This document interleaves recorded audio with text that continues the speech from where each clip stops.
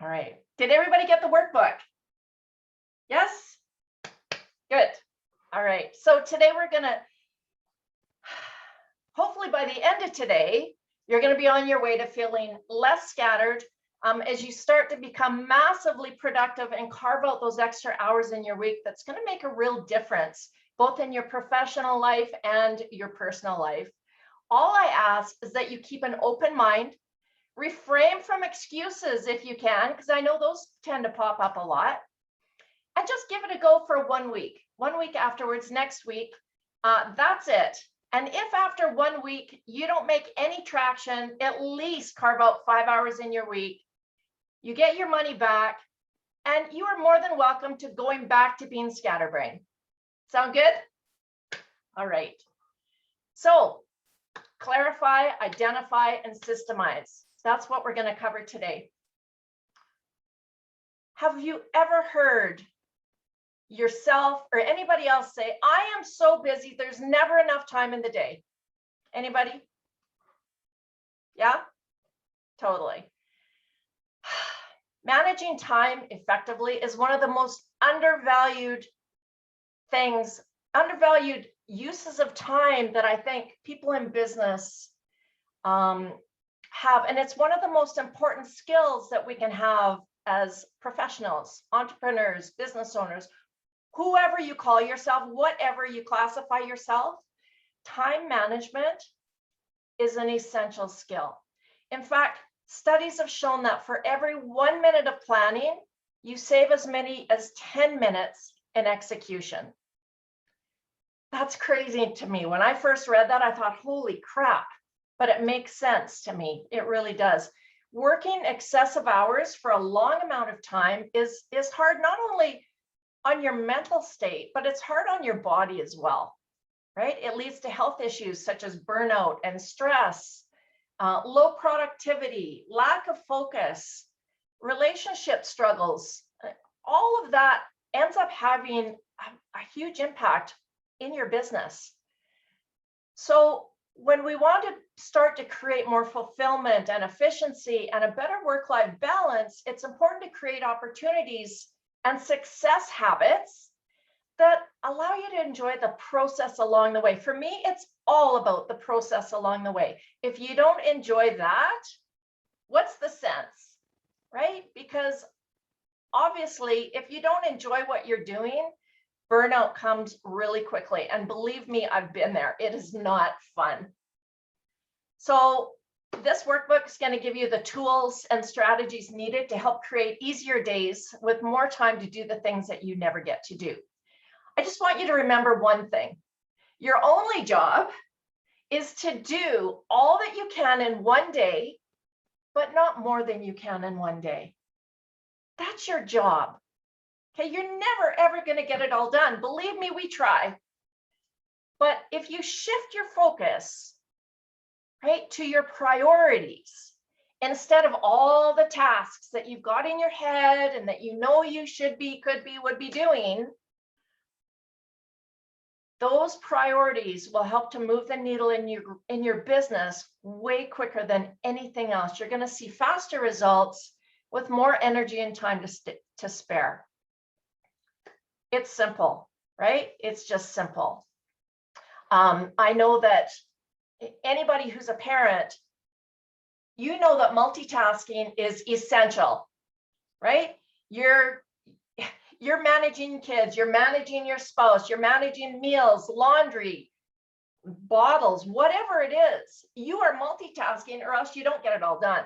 The problem is when we move into a professional business, that doesn't work anymore. It doesn't work because what happens is that we lose focus and we never get anything done. Anybody relate to that? Yeah. Yeah, put it in the chat if you want. I'm going to keep the chat up too so that I can see your comments. There we go. I just have to make room on my screen. Right. So if you're feeling like you're overloaded and you're busy, it could mean that you're not managing your day to the best of your abilities. And that's okay, because that's what we're here to work on today. Everybody good with that? All right. So we're going to move on to page 3. And I want to let you know of a few things to keep in mind. Okay, number 1 is give yourself permission to be enough. Okay, you don't need to prove anything to anybody, okay, other than yourself, or I guess if you have a boss of some sort. But if you're focusing on the right things, you need to keep your expectations manageable, right? And set yourself firm boundaries in order to hit those priorities. That's going to make you and your company more money, more freedom, hit those goals, those sales, those projections, right? Give yourself permission to be enough. Number 2 is start doing Einstein time. I don't know if you guys have heard of this, but it's basically, it states that time is relevant or relative to your frame of reference. So if you think that you're running, you're never going to have enough time, well, guess what? You're never going to have enough time. But if you feel like you have a lot of time, plenty of time, the minutes, they tend to slow down a little bit. Okay, and you actually end up having more than enough time. So it's all about perspective, right? What does an hour mean to you? To some, it means, oh my God, I don't have enough time. Whereas others, they go, I've got lots of time. So basically it's your perspective, and that's Einstein time. Number 3 is recognize when you're getting overwhelmed and stuck. You know what? I teach the modality of Kaizen, which is a Japanese term for small steps for continual improvement. We make continual small steps to improve the process, the product, whatever it is. And so I infuse that into everything I do, everything I teach. So embrace those small steps when you're feeling overwhelmed and stuck, and learn how to break down whatever it is into ridiculously small steps. This is the secret sauce to procrastination, right? Everybody procrastinates, especially when you're overwhelmed or there's a little bit of fear at play or you're unsure about things. So use that point to start and create the momentum as you start to turn up that heat again, okay? I'll give you an example. I get overwhelmed by all the filing I have to do sometimes. And so I put it off until it goes from this pile to that pile. And now I'm really overwhelmed. In fact, it's getting there. So what I do when I get to that stage is I think, okay, how can I turn this into a Kaizen small step? And I'll ask myself small questions and I'll say, do you think you could do half an hour of filing? And if my gut, you have to listen to your gut. If my gut says, oh, that's a lot, how about 5 minutes of filing or 5 sheets? If there's no excuses that come to you, if it's not a hell yes, then you got it. You got it down, right? You've nailed that small step. So ask yourself those small questions. What can I do in 15 minutes? Or can I do 5 sheets? Because that'll help you to gain momentum, right? Start getting into action, and then eventually you're going to gain enough momentum that it's going to be easy and it's going to be familiar. Does that make sense to everybody? Yeah, so recognize when you're overwhelmed and stuck. Celebrate. We don't do enough of this. When one task is done, we're so busy, we need to move on to the next, don't we? Give yourself credit for a job well done, right? Getting through a stressful situation, what you've accomplished during the day, during the week, what you've learned. Even celebrate those failures, right? And learn from those, because let me tell you, through each failure, there is a golden nugget if you take the time to figure it out. All right, so part number 1. Clarify priorities, okay? This is the number 1 thing that successful business people can do, is they can clarify their priorities and break down their goals in order to create more time freedom, make them more money, and book more clients. They get into the habit of doing this, and it comes easily to them. So the first thing that I want you guys to do is to dump. Okay, not take a dump, dump. Okay, get your mind out of the gutter. Anyway, do you ever wake up anxious or you're off track during the day and notice that your head is full of worries, appointments, to-dos? It's just so full, right? I know a lot of times I'll wake up like this and it's like, oh, I don't know, like something doesn't feel right. And usually when I get like that, I have to do a brain dump, right? The cat needs to go to the vet. You need to finish this project. You need to get back to that customer. You need to post on all of your social media accounts by 10 a.m. You've got this meeting. You've got to train somebody, you know, and by the way, the kitchen or the bathroom's disgusting. So you have to do that. All the laundry that needs to be done, whatever it is, right? So a lot of times, unless you can free up some valuable space in your brain to release all those thoughts in your head, it's hard to focus and function properly because you're always going to worry. You're always going to worry about forgetting something, right? So now's the time to get those thoughts out of your head and onto paper. This is the first step to gaining massive clarity. So the table on page 4 is an example of how you can organize your brain dump. Okay, you can do it right here on page 4, or you can use your own journal or do your own tweaks or whatever you think. But I want you to take 5 minutes right now and dump everything from your head, including your to-dos, your appointments, your worries, whatever it is. Dump them onto the table below or in your own journal. Any questions? No, you're good? Okay, I'm watching the chat here. I'll give you 5 minutes because that's all it takes.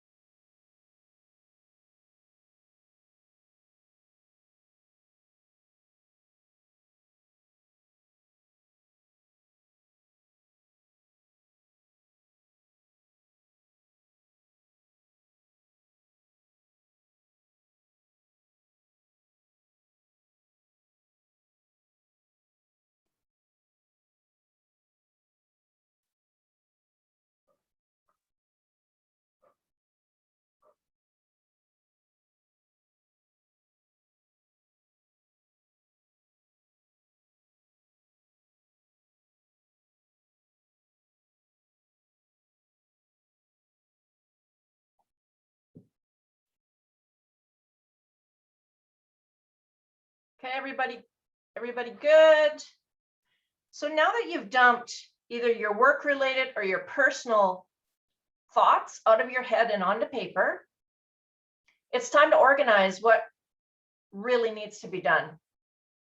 So I want you to select your top 3 non-negotiables.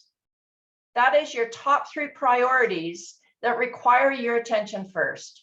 Okay, the priorities that would feel amazing if you've got those done today.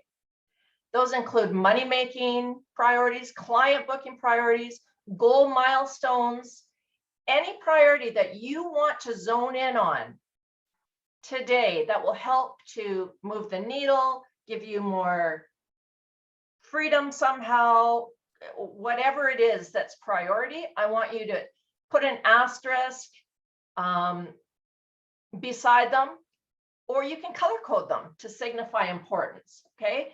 Typically, if you're working on them during business hours, they would be your work-related tasks, right?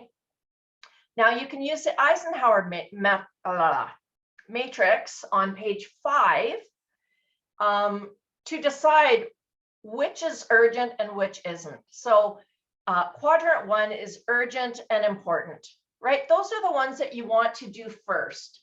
Those should be one of your top 3 non-negotiables. Tasks that, you know, to do, especially when you're at your most productive and energized. For a lot of people, that's the morning. Okay, some people are night owls and they feel most energized and productive in the night. But whatever it is, if you don't get those done, they will cause negative consequences, right? Quadrant 2 is important, but not urgent, okay? So you can look at these 2 ways. One, you can use them as fillers or additionals in your day, or you can put them into your Sunday basket. So let's say I've got a task that isn't necessarily urgent and important, but I sure would like to get it done today. I would keep that on today's list and I would put everything else, check that off in your Sunday basket. And I love the term Sunday basket. I heard it on a podcast about a year ago, and that just has stayed with me. Sunday basket items, those tasks, those are the ones that you can fit in at any time, right? Anytime you've got a lull, anytime that you've got some extra time in your day, take a task from your Sunday basket, or you can do them in your personal time. But the whole point is they're not necessarily relevant for today. And quadrant 3 is urgent but not important. Okay, that's your delegate quadrant. Okay, so they're urgent, but they're not as important for you to do maybe. So I know that my bookkeeping is urgent, especially when it comes down to GST time or tax time. So I give that to my bookkeeper, right? I know that I have certain things that need to be done for clients, certain technical things, especially if I'm doing a website or something like that. I will give it to my VA or somebody else on my team to do. So I delegate those. So check off the ones that you could delegate. And quadrant 4 is not important and not urgent. So you don't want to do them, right? It wastes your time to be doing those things. And basically they should be eliminated. So by identifying all of those 4th quadrant tasks, you're going to free up a lot of additional time in your day, and you're going to feel a lot more productive and effective.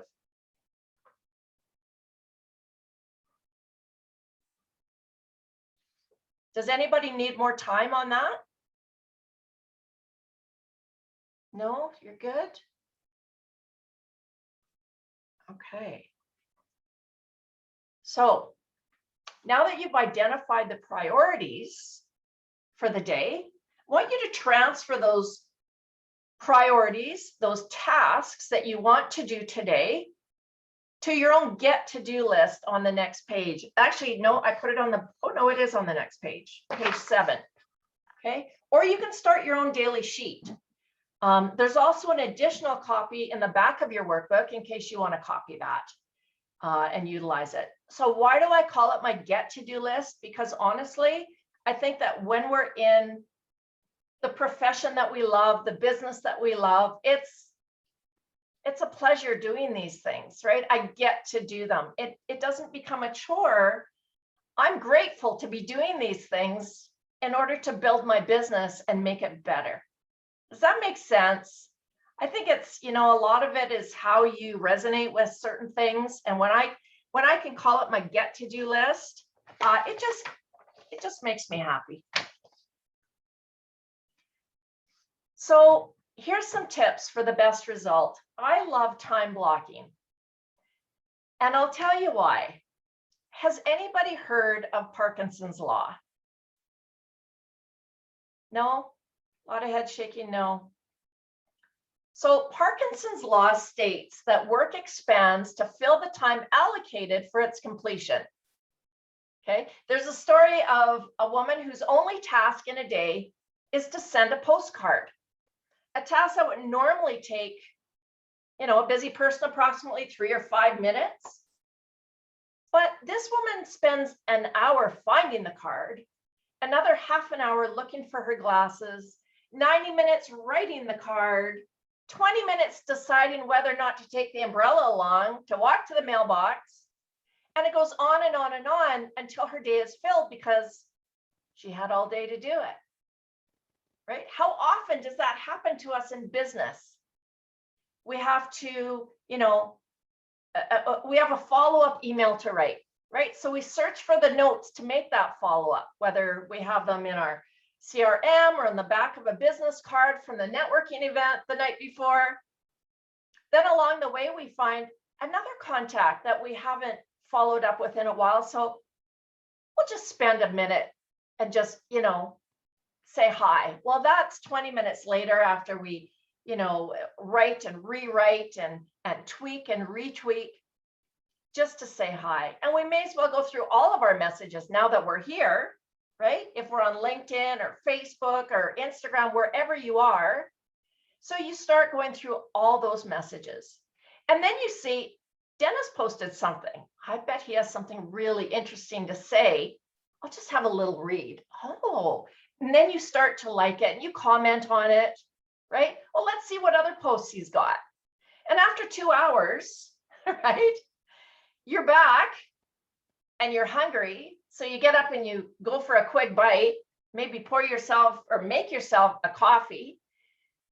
And if you work from home, you might even just put a load of laundry in the dryer, right, on your way past the laundry room. And you might put a couple dishes away while you're at it. Because let's face it, they have to be done sometime. Right? Finally, 3-4 hours later, you're back and you're not remembering what it was that you were doing in the first place. Does any of that sound familiar? Yeah, well, that's Parkinson's law at work. If you don't allocate the time to do something the task is going to stretch to the maximum and take much longer than it should. And this is why I love time blocking, because it keeps you focused. So the way I handle time blocking is beside each task, beside each task in the column where it says priority time, I will actually, if I know that my day is on my time, right? I don't have customers coming in and showing up or whatever, which can be a little bit tricky. But I like to itemize either the time frame that I'm going to be working in or the amount of time. So typically what I'll do, I have mine from today even around. Typically what I do is I'll put from 9 to 9:30, I'm going to work on this, right? And I'll always give myself a little bit of a cushion because things happen, interruptions happen, and you won't know, right? So give yourself a little bit of a cushion. In 15-minute increments is what I like to say. So half an hour, 45 minutes, 1 hour, whatever it is, just make sure you're adding on a little bit more time than what you think you're going to need to accomplish that. That is what I love about time blocking, because you not only see exactly what you can accomplish in those hours in the day, your expectations are kept to those times, right? And once you're finished that time, I know it's easy to say, oh, I'm still working on this, I still want to do this. But the problem is, when you keep working on those things past your time block, at the end of the day, you might get 2 things done versus the 8 on your list. So how productive are you going to feel? Right? Those become monkeys on your back. So what I like to do is finish the time block, take a short break if it was a longer one, and account for that break, and then come and start the next task on your sheet. And a lot of times what I'll do is I'll put the times in, and then I'll put priority 1, 2, 3, 4, if they're jumbled all over the place, whatever you need to do. But what this does is it keeps you motivated and energized, in momentum, so that if you do have unfinished tasks, you can easily slide into them the next day, because now they're familiar. You're not needing to procrastinate those tasks. You just slip into where you left off. And that's why I like to do that. Whereas if you kept going and going and going, other tasks that you want to get done, they never get done. Okay. Any questions about that? Yeah, go ahead, Tanya. So I had a situation yesterday that I kind of adapted to, because it was an interesting challenge. So I was in a webinar with my university professor, had a phone call from a client. It was rather urgent. So I took the call, and then I hung up and I went back to my webinar. But later then it was like, I need to address this right now. Wrote and started writing an email, and I'm like, oh God, changed it 3 times, and it was getting out of hand. And it's like, just pick up the darn phone. It's easier to make a phone call and address it and put it to bed and follow up with a short email afterwards. So it's, how do you deal with, if you're going to time block, how do you accommodate time or shuffle time if you've time blocked? Sorry, I shuffle my time blocks all the time. And that's why I put extra cushion into those time blocks, so that you can accommodate those requests, right? And so what a lot of experts say is anything under 2 minutes, a 2-minute task and under, do it right away. Which you can, but you'll see, we're going to get to this in a minute. I like to block all of my 5-minute and under tasks into one time block, or I can sprinkle them if I'm done quicker, sooner than my time block. I'll put in one of those small tasks. That's how I work it. But yeah, I rearrange them often depending on the flow of the day and what happens. Sometimes I'll get an email in and it's priority, like somebody's website's down or something like that. I have no choice but to address that, right? But knowing full well that if I address that, something has to come off my list, right? So that's why I say those top 3 non-negotiables, do those first thing in the morning when you're energized. I actually like to come in an hour before I'm supposed to show up, and we'll get to that as well. But that's how I address that. Does that help? Yeah. Anybody else have any questions? You're good. All right. So the next one is to, like I said, identify and block together the 5-minute and under tasks. Okay, you're going to be surprised at how much you can accomplish when you block it all into one block. Put a half an hour for those 5-minute and under tasks. Or if you don't have many of them, like I said, slide them into those blocks when you have the time to do that. So it depends how many of those smaller tasks I have. Number 3 is make time for breaks and rewards, right? Get up and move. I know for me, I could sit at my computer all day and not even think about moving. But you know what happens then? I feel like crap afterwards. I feel like crap when I'm finished work. I'm exhausted. And it doesn't give me joy.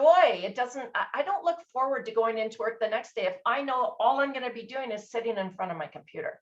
So what I'll do is I will time block or create that cushion for breaks and rewards. My reward, I have many rewards. I love to do dance breaks. They energize me. I crank up the music and I dance for the whole song. I love it.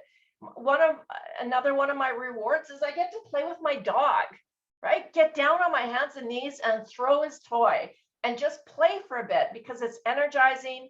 It lifts me up and I'm doing something that I love, right?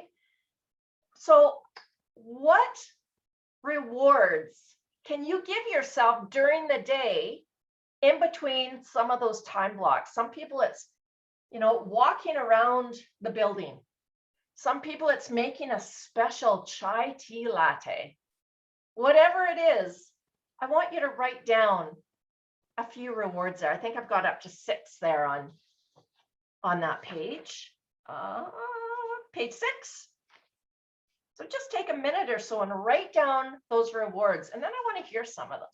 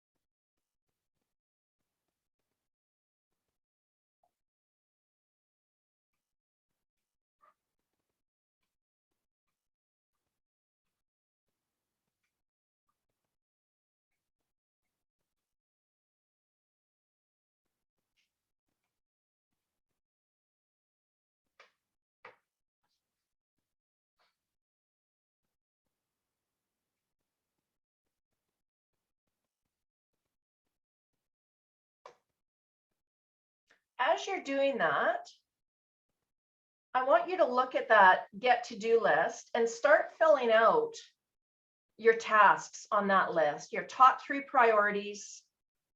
If you have a weekly goal or milestone, put that up there too, because that's really important to keep front and center. The one thing you can do to support that goal or milestone, it could be one of your top 3s, or it could be in another quadrant, but you can put that there. And then try and time block if that works for you and your business. I know some businesses, it doesn't work that way, right? If you are a slave to your phone, like say realtors are, right? That's not necessarily going to work. But if you are in charge of your own time, and you know the meetings that are coming up, you know certain things that are coming up, write them on that list and time block. Just give it a try. And then at the bottom, write your 5-minute and under filler tasks. And then I've got a note section because along the way, you'll get, different phone calls, different priority, or not priorities, but different thoughts that come into your head. Write those down in your notes so that you don't forget them.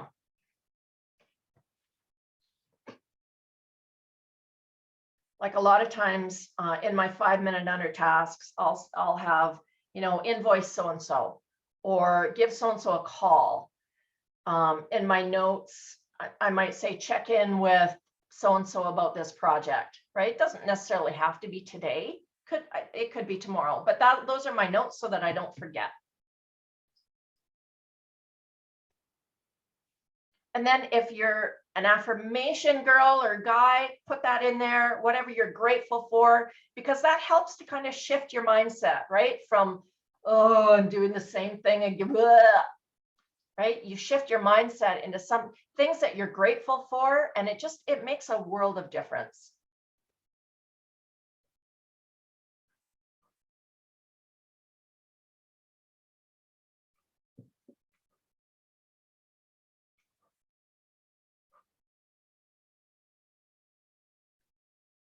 I'll give you a few minutes.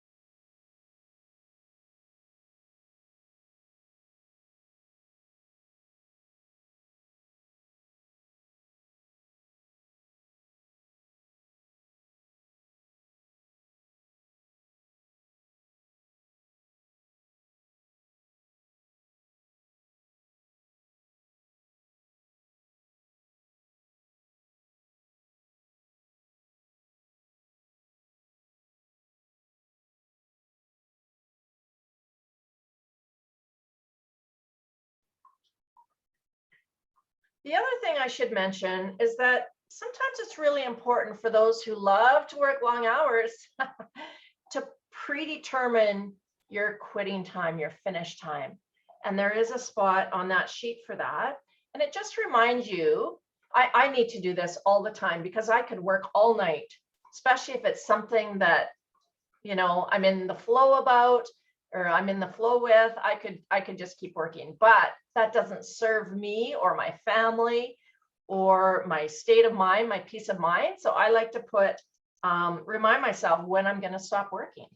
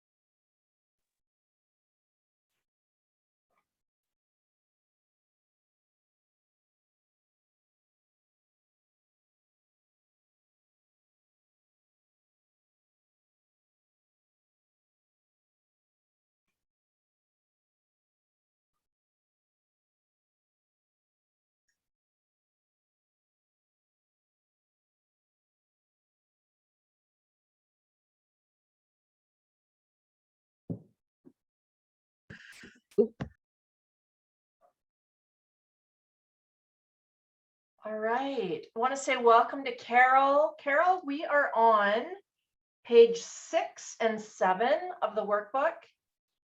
Everybody is just sort of finished completing the get to do list.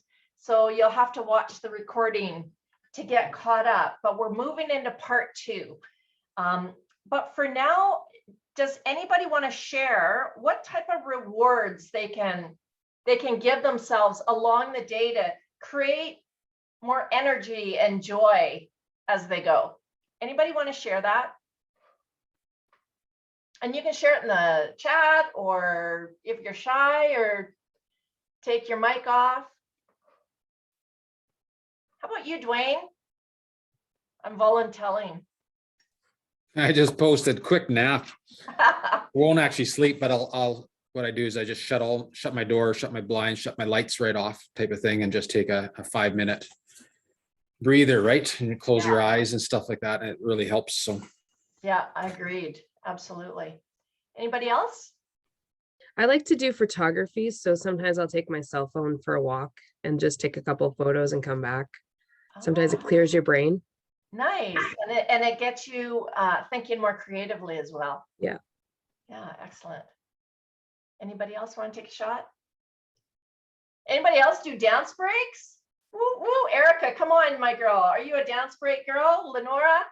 I was not until you just gave me the idea. So I wrote that on here. So I will be doing the hokey pokey or something. Give it a try. I've got a whole playlist of really, you know, energized music that I love to play. Let's see what I go on to Amazon and buy an essential oil or two. Nice Java or walk. I meditate, do some yoga, loud music, and dance. Absolutely. Bernice, play with the dog, quick walk, read a book for 5 minutes. Make a coffee and Bailey's. Oh, I like that one. Tanya, I have music going all the time to stay motivated. Awesome. So did anybody get a chance to, did you finish filling in or doing your own sheet? So what does it feel like to block those tasks off? Is that something you've always done? Is that something new that you're going to try? Bernice, how about you?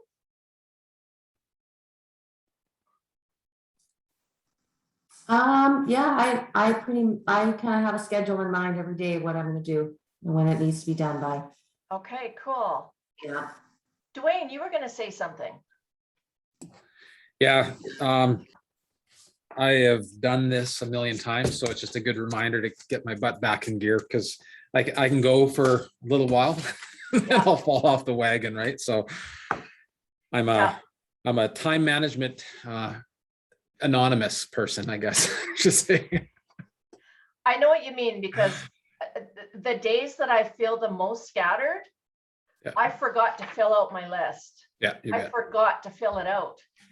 And that's when I don't get a lot done, honestly. I look around going, okay, what was next? What do I need to do? And that takes time, takes a lot of time out of my day when I have to do that. So if I can have everything ready to go and filled out, I just go boom, boom, boom, boom, boom, and I can get amazing things done. Anybody else? Any comments on that, or anything that you think? Yeah, Tanya. So typically, well, when I was on track, because I've fallen off the rails a little bit, but when I was on track, I would do a Sunday evening brain dump for my week. So I saw the schedule for the week.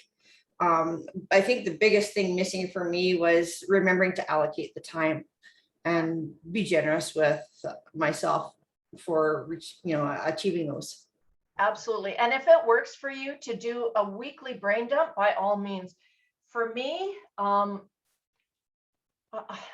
do that, but you always get things coming up along the way every day. And that's, I guess, where I write my notes.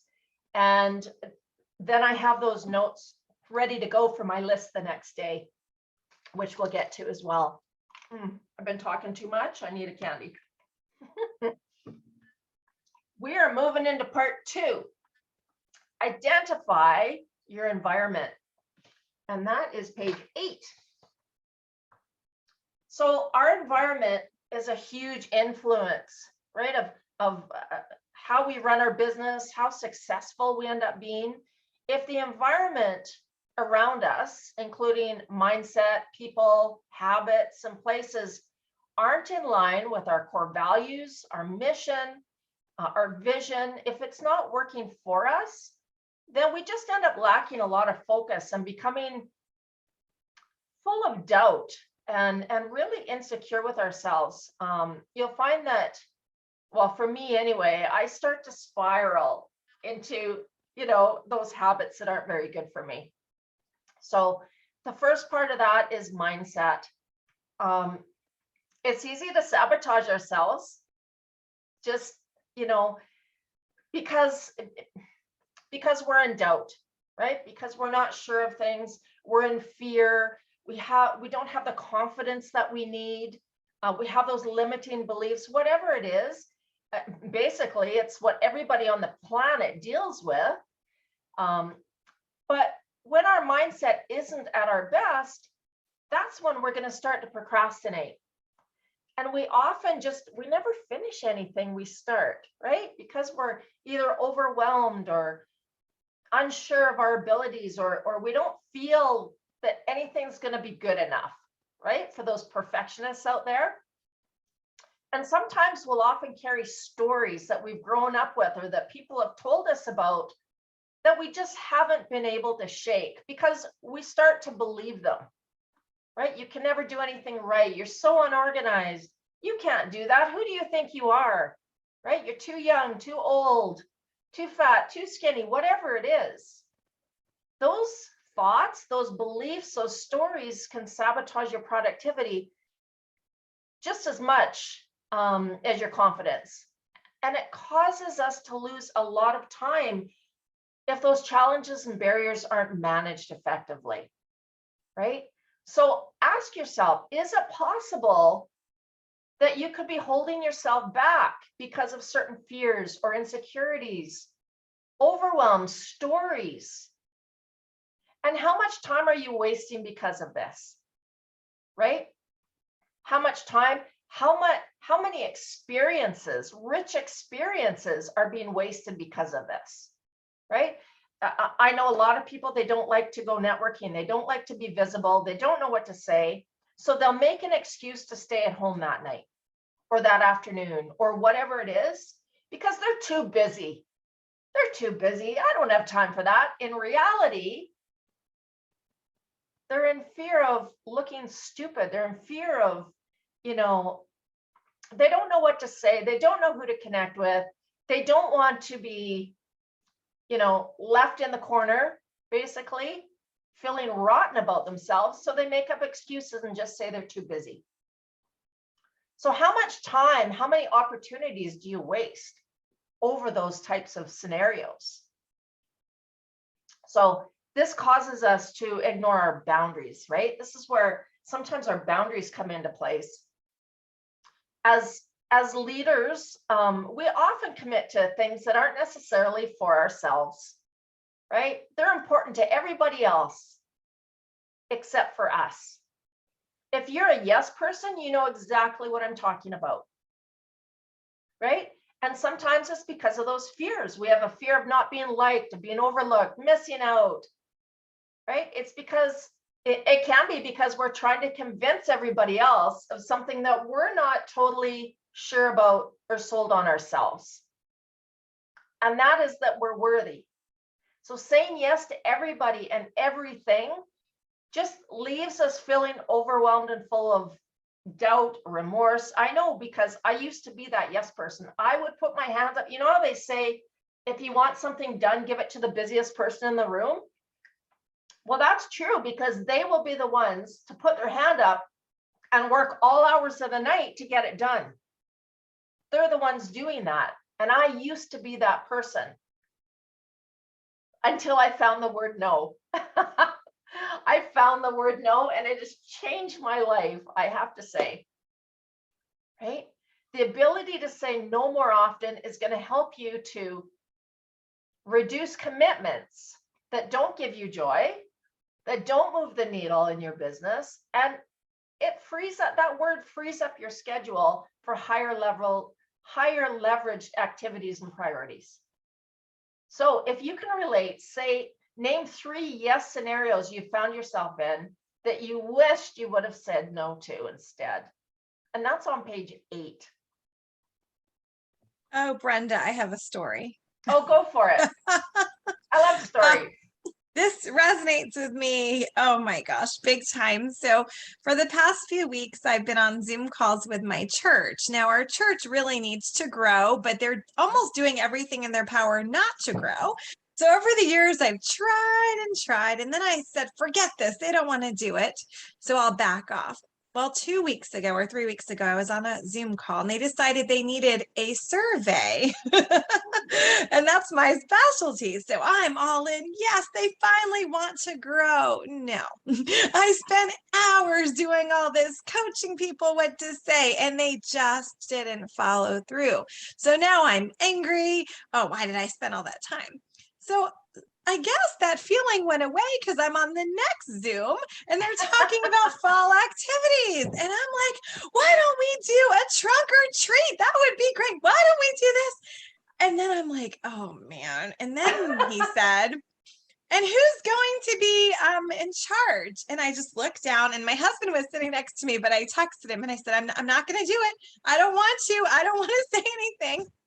And I let the other people talk. And then my mouth opened and I say, but I don't want anyone to think I didn't want to help. So if you would like me to work in my strengths, I'd be happy to handle all the marketing. Oh, and then I was like, what is wrong with me? that's funny. So, I know, because you're full of remorse after, right? Yes. Next time I just can't even be on the Zoom. It just has to be for a little while. I need a little bit of a break, but I was just so shocked at myself that here I was so angry at everybody. Yeah. And then I'm ready to do it because I feel like I can help them. But, the other thing is you said about, wanting people to like us and things like that. But I think also the other part is maybe we feel like we can help them so much, but they're not open to change. So we keep pouring in, hoping for change. And it doesn't happen, Absolutely. I'm a Rotarian. I'm part of a networking organization, and I've learned to watch my ideas, because as soon as you put your hand up and say, oh, let's do this, that would be amazing. Who's going to do it? And everybody looks towards you or me. And it's like, crap. Like, yes, I can do it, but I don't have the time. I don't want to do it. And so I've learned to watch my ideas, and unless there's somebody else in that room that I know that could do it, And that's I won't be doing that. I'll be like, I know. So yeah, so has everybody come up with a couple scenarios? Or maybe that's not your problem. Maybe you're not a yes person or a people pleaser. How about you, Lenora?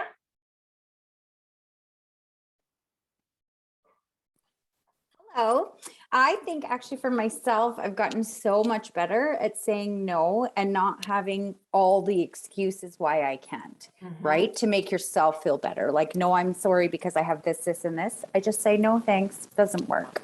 And it's so hard for me because I am also the type like, oh, I have all these ideas. And then they're like, oh, great, you can just do it.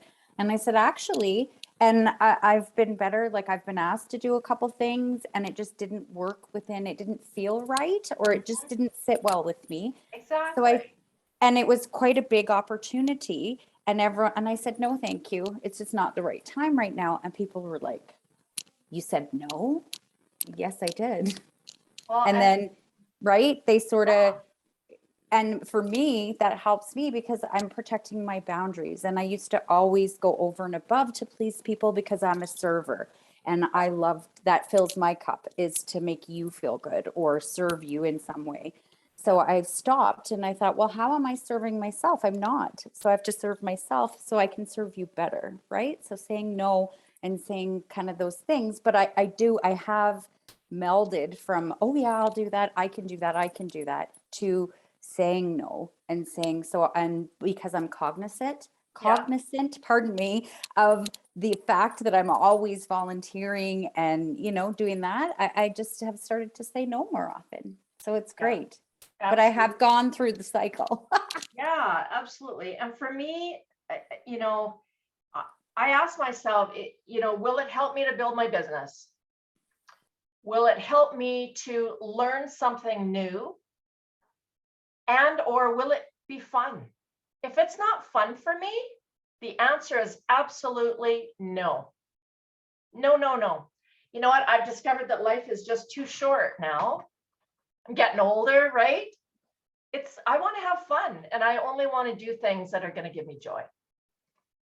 So those of you people pleasers, if it's not fun, I'm not doing it. Exactly, Lenora. So those people pleasers, write down how you're going to say no the next time something happens when it doesn't fit within those values or your schedule, or you're not going to have fun with it. Write down exactly what you're going to say, because sometimes when we get it onto paper, it becomes real, and it's just a really good reminder.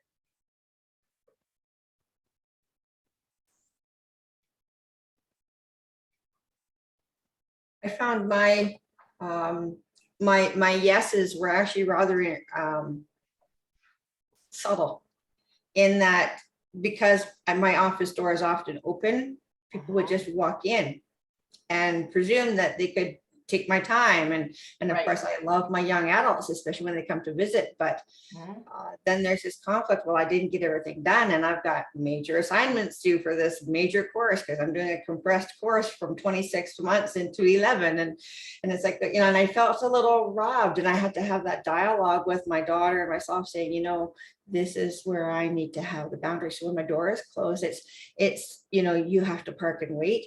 Here's when my timeline will be open for you. Absolutely. And you know what?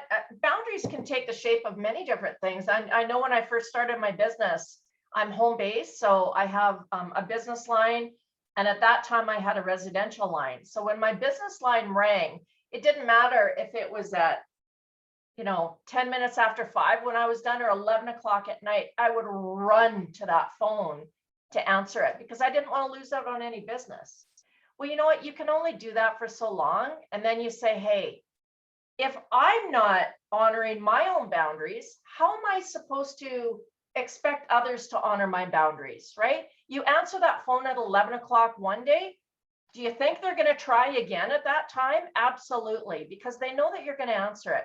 And that is no way to have a business. You need a division, right? And when we work from home, that can be really hard to get unless you're very firm on those boundaries. So let's move into page 9 which is people. Okay, the environment of your people. We are the average of the 5 people we're closest to, right? Who do you surround yourself with? Okay, now I'm not talking about your kids. I'm talking about the adults that you surround yourself with. Do they boost you, lift you, or do they tear you down, deplete you? How's your confidence after dealing with them? Right? Because that can make a huge difference to us in our work. Those relationships affect the way we deal with challenges and stress and our ability to focus on what we need to do for the day, right? If we've got a whole bunch of naysayers around us, negative Nellies, or people that don't think that we can cut it, or constantly questioning our actions and our motivators, it's not going to help to propel ourselves forward, is it? So those people, you either need to cut them loose or put them at an arm's length. Put them, and I know spouses can be a big thing, especially if you work from home and they're not seeing any traction coming from that. They will start to question, they will start telling you to go back to a 9-to-5 or whatever you were doing beforehand when you were making money. And those voices, those comments can be really damaging. This is why I close my door during the day. And I don't let anybody in without a knock, without, asking for my time. Nobody barges in on me. And I do that on purpose so that I can stay within the flow, keep those people at arm's length when I need to. And the other ones, I cut free. I cut free. If I've had friends that I've had to cut free because they've just been too negative, and I can't be in that atmosphere. It does nothing for me. So write down 6 of the closest people that you either work with, live with, whatever. And do they uplift you or do they deplete you?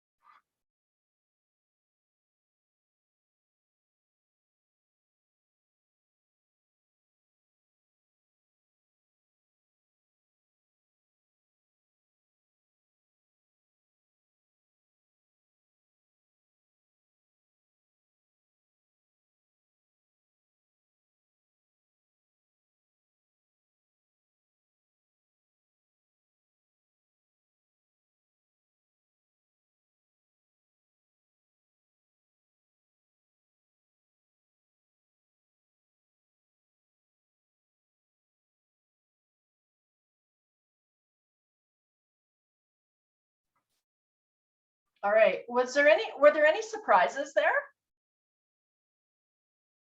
Yeah. It's interesting though. I've gone through this practice, and it's interesting when you start to think of the people that you're surrounded by and how they affect your energy level. So let's move on to habits and routines. A lot of times how you start your day sets the tone and the energy and the direction of that day. Right? Successful people in business, those time managers, they know how to set a routine and stick to it. In order to show up to be the best that you can for your day, it's important that you set up success before that day even starts, or before you have a chance to sit down at your desk, I guess. Right? I mentioned that I come into work a good hour before the clock starts ticking. And I do that because it helps me to free up a lot of those emails, a lot of those smaller things. I get organized a little bit more, and it just helps me to just breathe before the phones start going off, before those, emails are going to come in, most of those emails. And I really enjoy doing that. So a lot of people start 2 to 3 hours. They wake up, they start their day 2 to 3 hours well before they're required in the office. And those become really powerful mornings. So I want to ask you what you need to do to start your day off in the best way to energize, nourish, and keep yourself grounded moving forward, right? I know studies have shown that, incorporating even just 20 minutes of physical activity first thing can set yourself up for success, right? You feel a lot more energized, and that gets carried with you throughout the day. So a lot of people like to incorporate quiet time, right? Before they start work. They like to read a book, or they listen to a podcast, or they meditate, whatever it is. For me, I always incorporate 20 minutes of exercise. Before I have my shower, I'll get up and I'll come downstairs. We have a gym down here, and I will exercise. And I know that if I have a talk I'm doing, or if I'm in a program, or if I want to learn something, I will put that on as I'm on my elliptical. So I'll have a podcast going, or a video going, or I will be rehearsing something that I need to do. And I'll do that as I'm on that elliptical, just to save myself a little bit of time. So in order to create, I guess, those habits that stick, because most habits don't, we either need to add friction or get rid of friction that cause us to fail.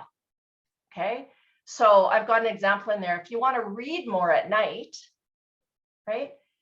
Before you get there, when you wake up, put your book on your pillow for night, so that you don't have to think about digging it out of your drawer, going to the right page.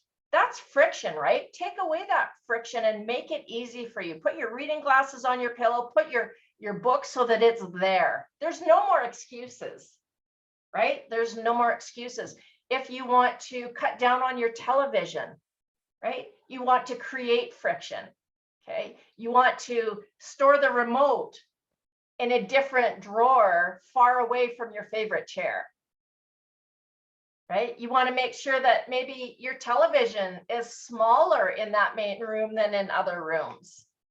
Create friction for yourself so that you can develop better habits, right? So ask yourself, do your mornings support you as the strong, confident, and focused person you need to be in order to do your best? Who here could use a better morning routine, or do you guys all have it down pat? No, Laura's got, you do, yeah. Everybody else is good. Tanya's, yeah. I know, I thought the same way, but now I've developed a routine, and I'm actually scared to break it. And we're going to go through that later. But when you get scared to break a routine, that's a good thing. That's a good thing. Because I know myself that if I break that routine for too long, I have the type of personality that I'll just dump it. I'll just dump it. And that's not good. So let's go to page 10. So write down what would energize you before work. All the things that would energize you. Write down as many as you can. Number 2 is what would help nourish you to set you up for a successful, confident day. Is it making yourself a smoothie? Is it reading? Is it, meditating? Whatever it is. Number 3 is what things do you always want to do but never get the time to do? What are those things? Maybe you're creative. Maybe you love to paint or draw or write. Do your puzzles. Whatever it is, mark that down on number 3. Number 4 is what would benefit you to incorporate into a new routine and habit. Okay, how much time would you need to do all that? So let's say you wanted to exercise for 20 minutes, you wanted to spend 5 minutes reading or on a podcast, and you wanted to meditate or do something else, for 15 minutes, add that time up so that you know how much time to allocate before you get into work.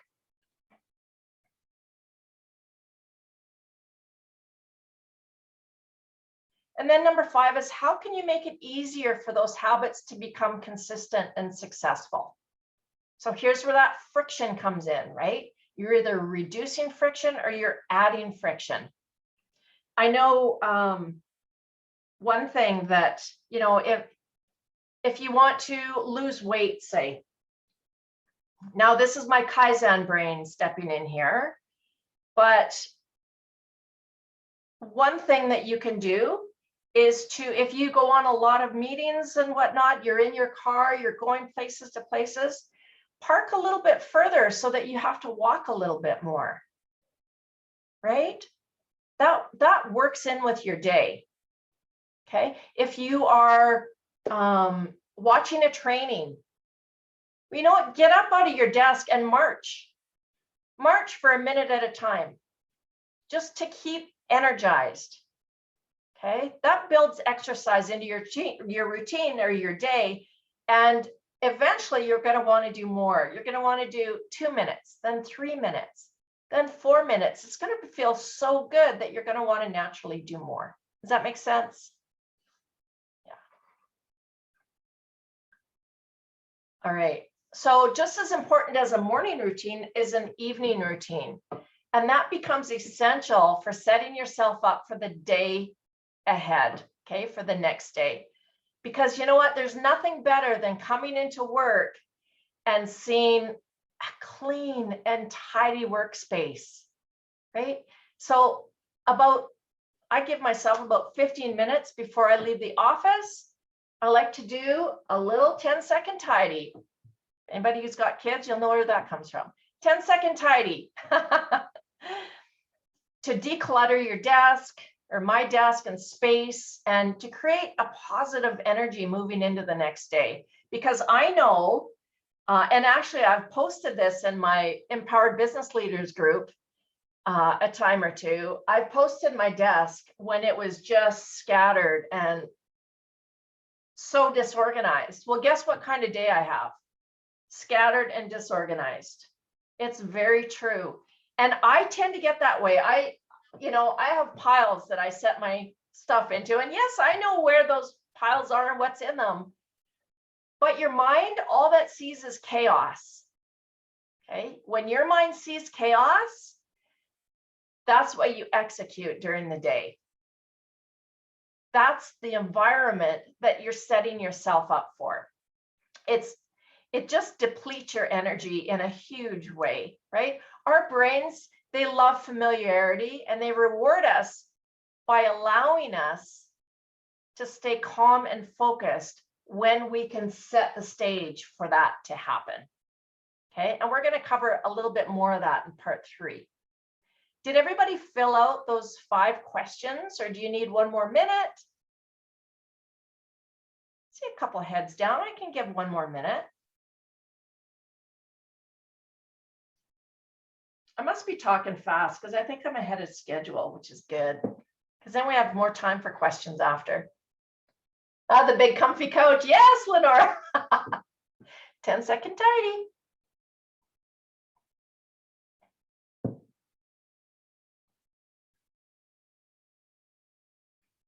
Okay, so now let's talk about places. Okay. Your workplace, your space is either one of the most important key drivers, or it's one of the key time suckers and drainers to your energy, to your productivity. So have a look around your office right now. Does your office or workspace energize you or deplete you? Okay. What could you add or take away that would give you a sense of peace, stability, energy, right? What could you clean up that would make your space more organized and calming? You know what? Like I said, there's nothing worse than a disorganized desk, right? But once I've got everything in its place, in its file folder, in its system, then I feel way better. Right? So by keeping it tidy, I create an inviting space to work with. And I'm setting the stage for more focus, more creativity, and more productivity. Because it's really hard to think creatively, to do more, to be focused, if your peripheral is looking at all the things. So what can you do to make your space more productive and energizing? For some people, it's adding a few pictures, beautiful pictures. Other people, it's adding a really nice light in the corner, or a plant, or taking away something else, right? Cleaning up all of your Post-it notes, whatever it is. Write down some of those things that you can do to make your space more productive and energizing.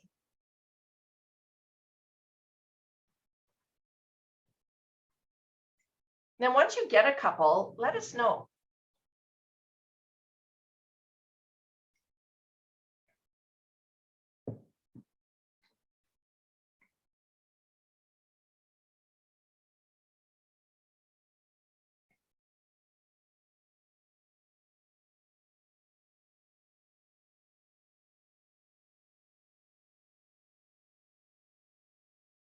A salt lamp, yes.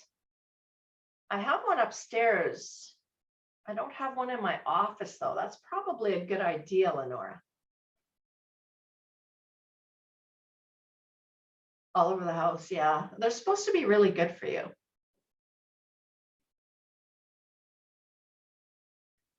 Anybody else? What can you do to your office? How about Lori? What can you do?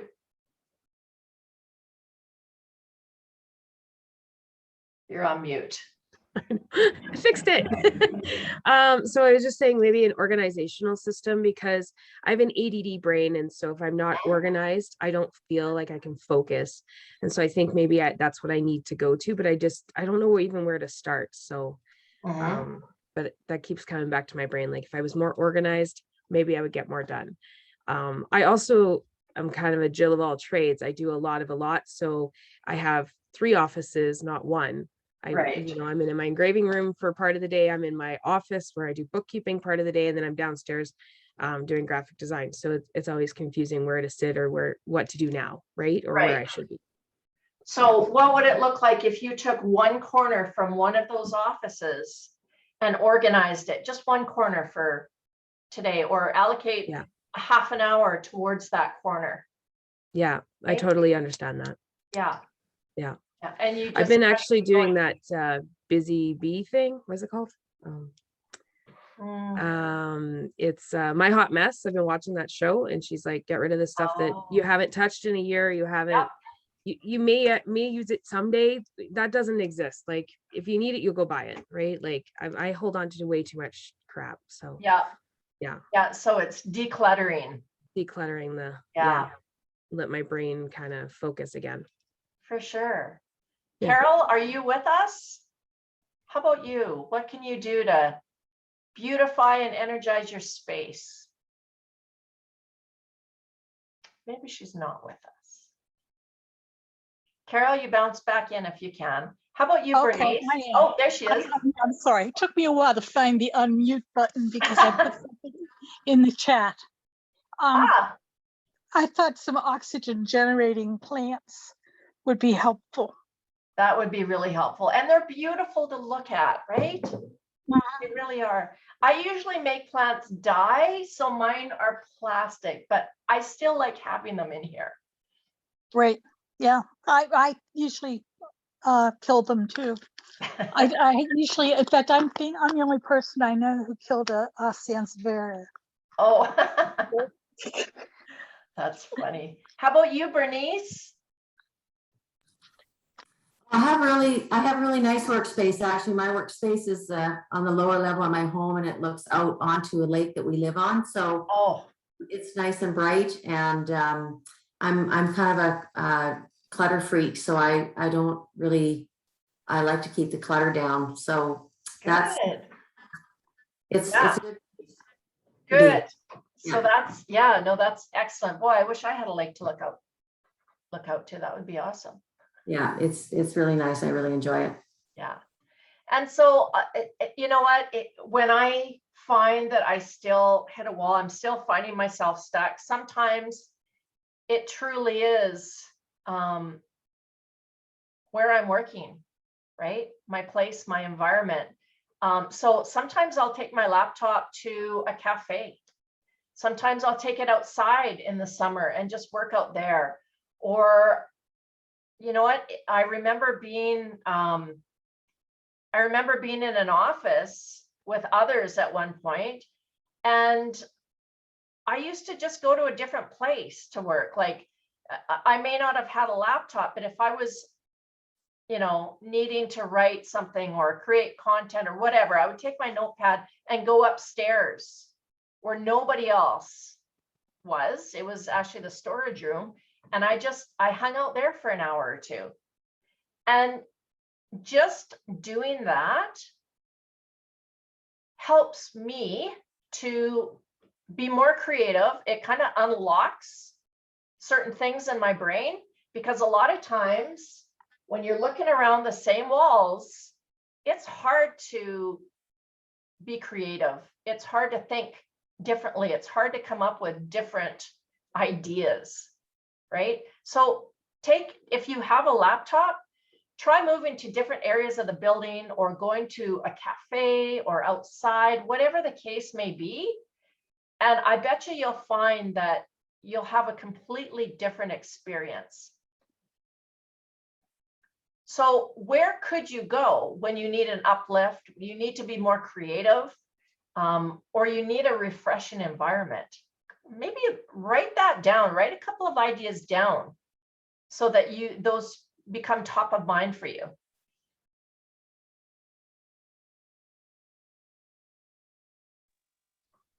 You've created a monster. Can I Uh-oh. speak? That's Larry. You got me talking. A library actually works really well for me. We have That's a great idea. very nice libraries that actually have private study rooms in them. Not little carrels like I had, in grad school, but actual rooms where you could have perhaps a group meeting with silence and quiet. So it's sort of a first come, first serve. So it's not good for an appointment type meeting. Yeah. But if you have a situation where you need someone or need to talk, you can do it. So it's a really nice workspace. That's an excellent idea, Carol. Thanks for that. Sure. So now we move on to one of the biggest time suckers we get, and that's distractions. Okay. And that's when you notice nothing helps, right? You've beautified your office, you've gone somewhere else, and you still have squirrel syndrome, right? You're still being distracted from things begging for your attention. Well, every distraction, every single time you're interrupted out of flow, what I call flow, it takes an average of 25 minutes to get back into the flow of things. 25 minutes. So make an estimate on how many times a day you get distracted. Okay, maybe it's 4 times for 5 minutes or whatever.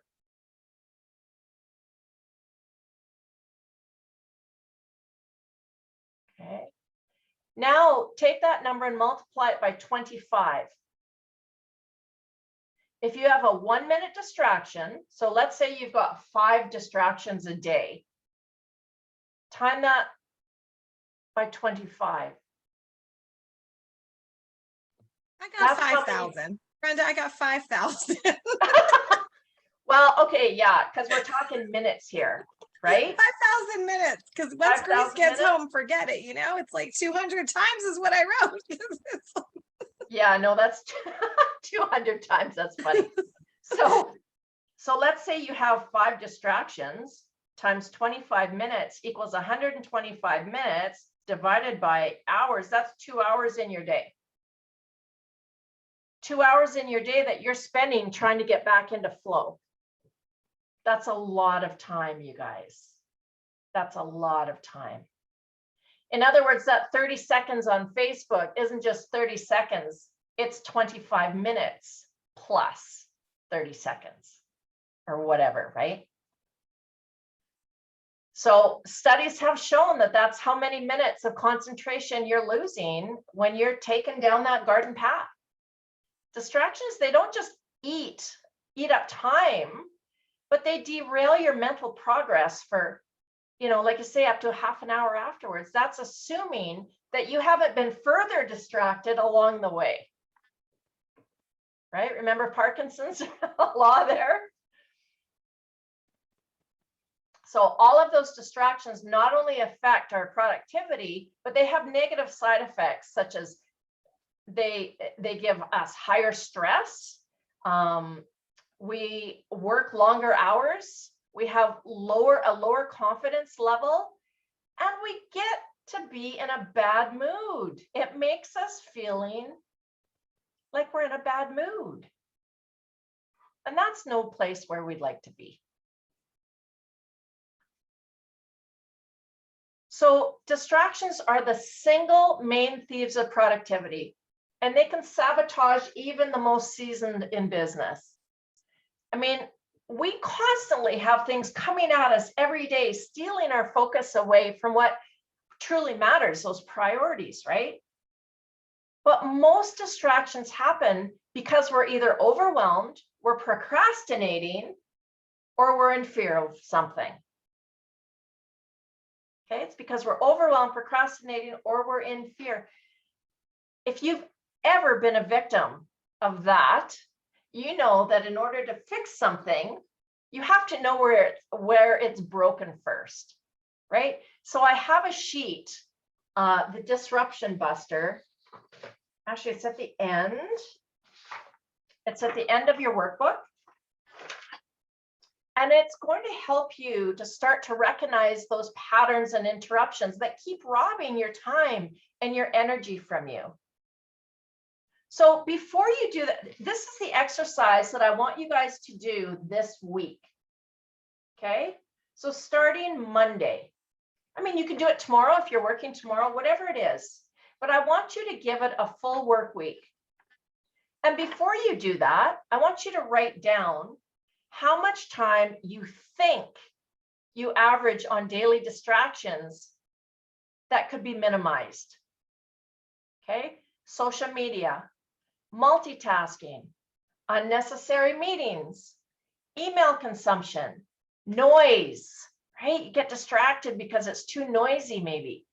Chatty coworkers, non-business related texting and messaging, visitors popping into your office, right? Just like Tanya was saying, doing tasks not related to your business or your work, like doing laundry, your telephone. How about certain expectations, right? If you have very high expectations of yourself, maybe you're a perfectionist, maybe that's causing you to procrastinate and not do something to its fullest. And sometimes it's us that are getting in the way. So I want you to write down beside each one how much time you think that you're spending on those daily distractions, because it's going to be interesting to come back after your week is over and to see what really happened. I'll give you a minute or two to do that.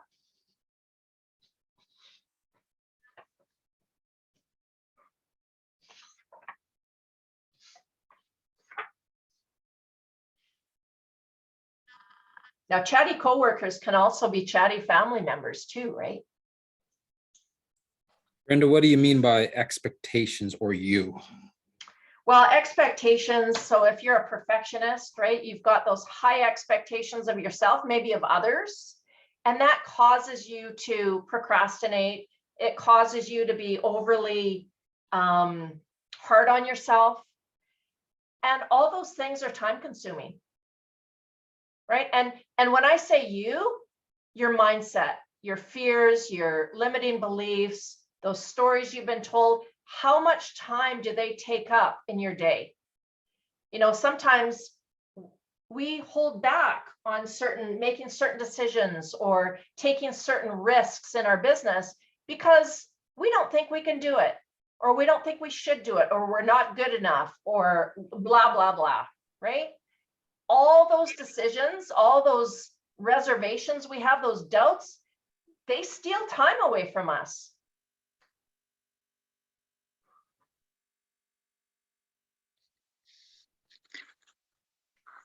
Brenda, what about good distractions? Like my cat decides he wants to be petted. Yeah, so those come into the rewards. Okay, so Okay. we talked about giving yourself breaks and rewards, and that would be a great reward to give yourself when you're finished your time block, when you're finished that item on your get to do list. Mhm. You're going to have to go back and listen to that recording, because I think you just came in right after that, Carol. Yep, I think I did. I apologize for being late. It's all good. Life happens, right? I'm glad I got the recording. You do.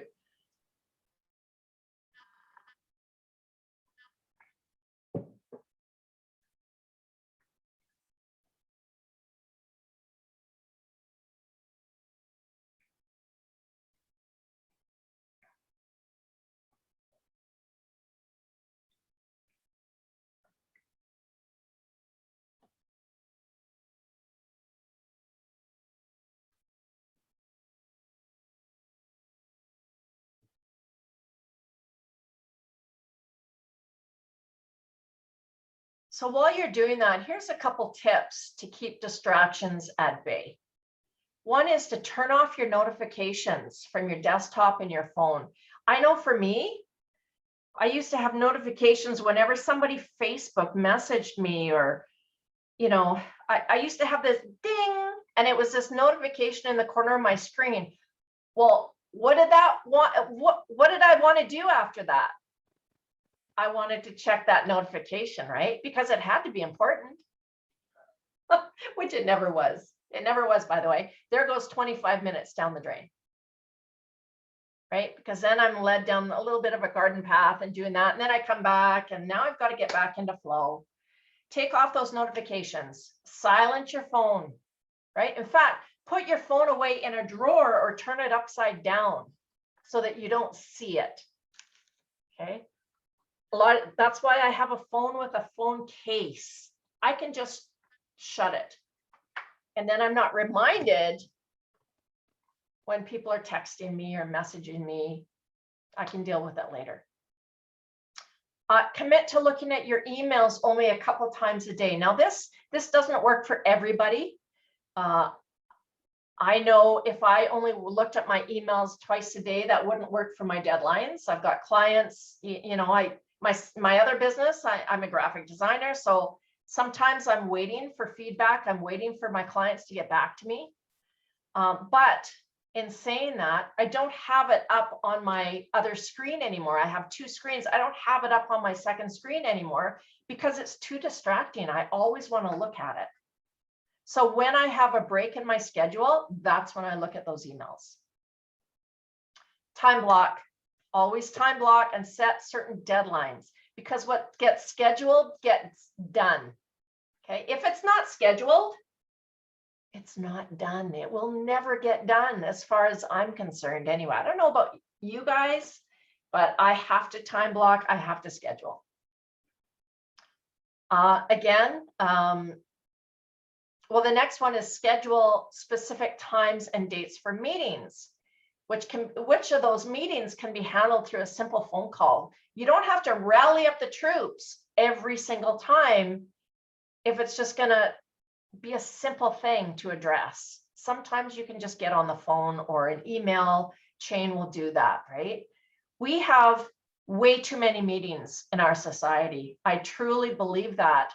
And if you have, I guess, if you have control over those meetings, really decide on which ones are important versus which ones may not be, because those are huge time wasters. Clean desk, of course. It's a great way to get distracted if you don't have a clean desk. We've already gone over that. Cut down on all the open tabs on your computer. This is a huge one for me. My husband comes in and sees me, sees my computer desktop, and he goes, "Holy crap, how is your computer still running?" Because I have 3 browsers with multiple tabs open, just so many programs open. And it's just because, this is my excuse, because then I can move from program to program, thing to thing, without having to start something up and wait for those. So that's my reasoning. Whether it's good or bad, it works for me. But also, if you're not working on those specific tabs or programs for that day or for that time, get rid of them. That's what I did this morning. I went in and I started deleting tabs off my Firefox and Chrome because they were yesterday's news, not today. So I got rid of them because they're just distracting. Lastly, start incorporating more breaks in the day. That's what we talked about, where we actually move our bodies and reward ourselves for work well done. Okay. Anybody else have anything to add to that list? Tips to keep distractions at bay based on your own experience? Because I'm just telling you my experience. Feel free to put it in the chat or unmute yourself. So I already mentioned about the Disruptor Buster worksheet. I'd like you to print that off. And over the next week, write down the times when you catch yourself getting distracted, because this is going to really help to create a baseline for you. And it's going to help to identify where you're sabotaging yourself and where that time is going. Okay. Now on the one, it says importance of disruptor. Okay. You can also think of that as, I just lost my train of thought. Importance of disruptor. Was this necessary? Okay. Was this necessary? Everybody good so far? Any questions? All right. Let's see here. So part 3 is systemize into an action plan. Okay. This is the last part where you get to put all of it together as a process. Make it your own system, right? By putting your thoughts on paper, organizing, blocking, scheduling tasks, and your important priorities, you're going to naturally start to create more time freedom for yourself. Freedom to do the things that you never get to do. Like take some personal time for yourself, work on your business goals, create golden opportunities that make you more money, attract more clients, whatever it is that's important for you, right? So here's the secret, that secret sauce. In order to create that clarity, that confidence, that time, never ever leave the office without dumping, blocking, and scheduling your next day. Okay, that was a huge shift for me because I used to come into the office and do my brain dump and blah, blah, blah, which I can still do, but I used to start fresh first thing in the morning and fill out my get to do list or whatever. But you know what? When I can do it at night before, so I take, 5-10 minutes before I leave the office, I take my sheet and I start to fill it out. And if I need to do a brain dump, I will. But a lot of times those notes that are from that day, I incorporate a lot of those notes into my next day and I time block. I look at my calendar and I block off when certain times for the day that I get to do that. That's how to get your system to work for you, because there's nothing better for me anyway than to walk into my office and know exactly what it is that I have to do that day. Yes, you're going to get a fire or two thrown at you during the day. Yes, you're going to get interrupted. You know all that. That's why you build cushion into it. Right? That's why for some of those tasks that were on your Sunday basket, you can shift those into tomorrow if you need to. Okay, the important thing is, what are my priorities for today? Oh, here they are. They're on my list that I did yesterday. That takes a huge amount of time off your plate. Huge. So yeah, have it waiting for you at your desk first thing. You can tweak it when you get into the office. A lot of times I'll look and I'll go, yeah, okay, well now this has come up, so I want to tweak that time or whatever. And then if you haven't already, schedule some of those blocks on your calendar. Okay, so for instance, every Monday morning, I try and work for about an hour on my social media posts coming up that week. Well, I've now scheduled that as a reoccurring time on my calendar, because a lot of people have access to my Calendly link. They're booking appointments with me. They cannot book an appointment with me during that time because I've scheduled it. And you know what else that does is it gives you the freedom to say no. It gives you the freedom to say, oh, I'm just looking at my calendar and it looks like I have an appointment at that time. Well, they don't have to know it's with you, do they? Right? So if it's important, if it's a priority, block those into your calendar, whether it's your Google Calendar, your Outlook, whatever calendar you're using, and make it a habit to do that. Okay? So to give yourself, yeah, the best start tomorrow, prep yourself for today.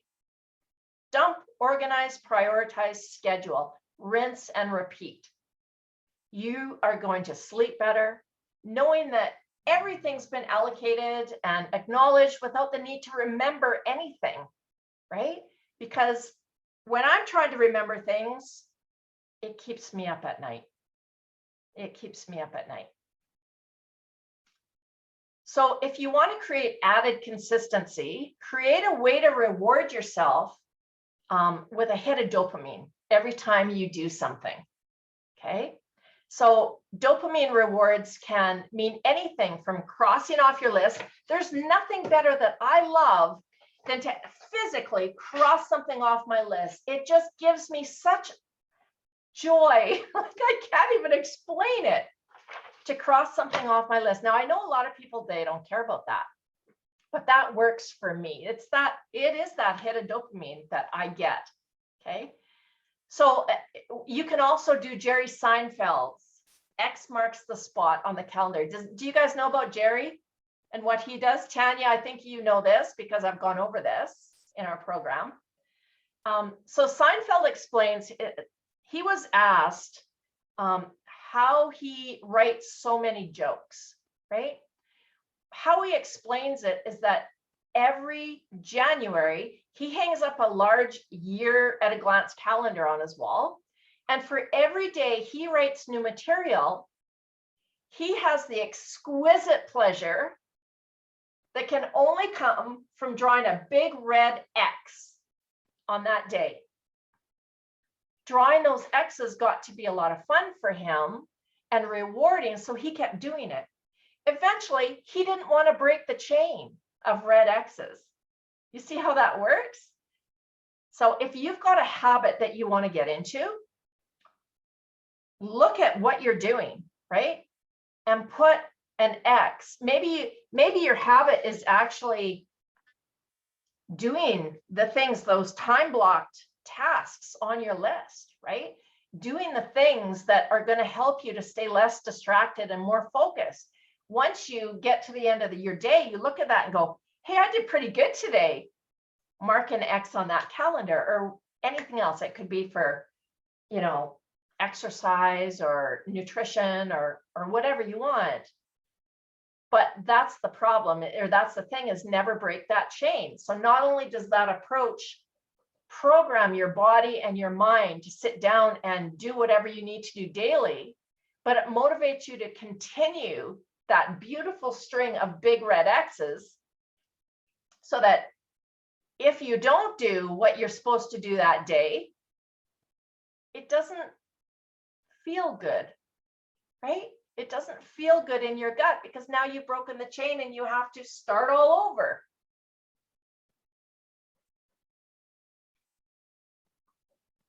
All right. So part 4, the time to start is now. Okay, I want you to challenge yourself. I want you to think outside the box. Maybe you're not used to doing all this. Maybe you've done a lot of this, but you could tweak it a little bit, right? Make use of these techniques to set yourself for the week ahead. You've got everything you need, right? But make sure that whatever it is, you make tweaks along the way to make it yours, to make it your own system that you can succeed by. So I want you to try it for 1 week, okay?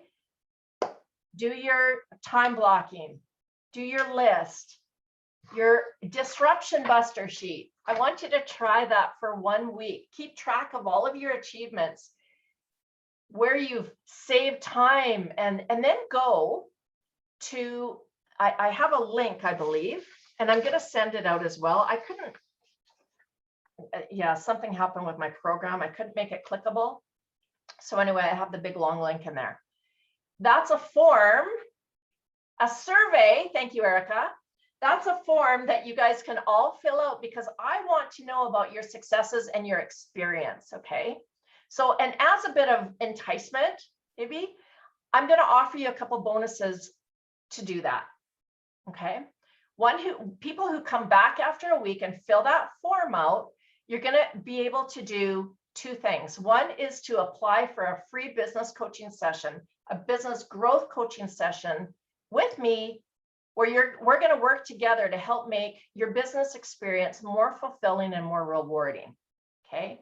We're going to work together to create an easy action plan so that you know what your most important priorities are every day. That's going to give you more sanity and help you get to those goals, right? That make a difference. We're going to look at what's going on in your business or where you're at right now and find the holes that are sabotaging you, causing you to lose clients and money, time. And we're going to uncover hidden challenges, limiting beliefs, fears, doubts, insecurities that, you know, that may be getting in the way of creating more joy, right? Creating more growth. And then at the end, you're going to walk away with completely energized and excited for what's possible.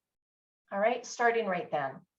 But the second thing is, I'm also going to give you my killer daily routine and checklist. Now, 1 or 2 of you may have this. Tanya's probably got this because she's been in a couple of my programs. It's valued at $99, and it's gonna be sent out once I get that form. Okay, so once you fill it out, you'll get a thank you page, and it's going to have a download there. So that's worth $99. The session itself is worth $175. So I'm hoping that you guys will come back and tell me of your experiences. Are there any questions with any of this material? Or comments or anything that you want to add, any concerns you might have?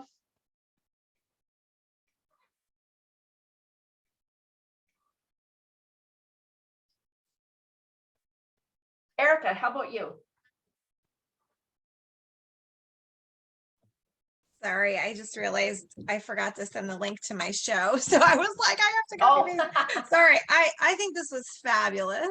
And look at all this stuff I have. I don't know if you can see. I have a lot to do from my brain dump. So it was great. That's typically what I do. But for the past 3 weeks, 2-3 weeks, I haven't been. And now it's just piling up. So I just think it's fabulous. I love your style. Phenomenal workbook, and I love hanging out with you, so this is great. Thanks, Erica. Erica is my non-pushy sales coach. So if you want to know more about non-pushy sales, you go to that girl. I'm the queen of non-pushy. The queen of non-pushy. Dwayne, how about you? What was your experience today? Was it kind of everything that you're doing already? Yeah, it was good. Like, a lot of the stuff was reminders of things I've learned before and had started to practice, but there's some really good fresh stuff in there. Yeah. That kind of was nice. I like the reminder of the Kaizen, small steps, right? Yeah. And the distraction busters was probably one of the best things that I can take away. So good. Awesome. Good job. Glad I came. Good. Lenora, what's your best takeaway, or do you have any questions? No, thank you so much. I thought this was fabulous. It just reiterated to me to block off my time a little bit better and stay consistent with that. So keep closing my door, and because I find too sometimes in the office when you close your door, people just come on in anyway. They don't even knock. So I'm going to put a sign on my door to say, you know, just like you can message me or something. But this was fantastic, and I'm going to do this for the week ahead next week, and then I'm going to fill all this out to try it out. So thank you. It was Yay. great to meet everybody that I haven't Good. met yet. Thank you. Lori, your best takeaway or any questions? Oh, Lori's busy. How about Bernice? Yeah, great affirmation on the things that I'm doing already, and just a couple of reminders to put into place some things to begin the day. Already been thinking about doing, so just gonna take action on them. Good. Awesome. Lori.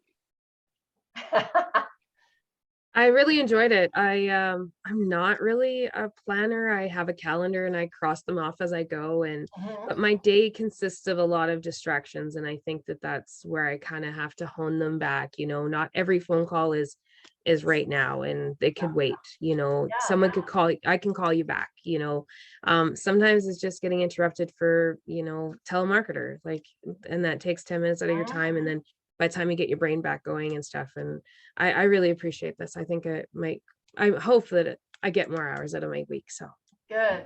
I'll try. Yeah, I'm glad. Carol, I know you didn't hit the first part. Any takeaways from what you caught? Or questions? You're muted. Oh, there you go. I know. Come on, it's not flipping. Oh, you were there. Oh, now it's working. Okay. I just the distractions, the 25 minutes for each distraction. I think I'm with Erica. It's more like 5,000 a day. And if I do nothing other than number one, schedule in the first place, and number two, get rid of the distractions, and number three, which is my biggest problem, follow my schedule, I will have a transformation. So I needed these reminders. Thank you. Yeah, for sure. Did everybody go? Yes. And you know what? Even if you can save, like I said, 5 hours in your week, that is going to be huge, right? Oh, yeah. So yeah, thank you for being here today. Those of you who wanted the recording, that's going to be sent out as soon as I can here. And in the meantime, I will see you back on that form in a week. All right. Have a wonderful rest of your day and a great weekend ahead. Thanks, guys. Hi, Thank thank you. you. Bye. Thank you.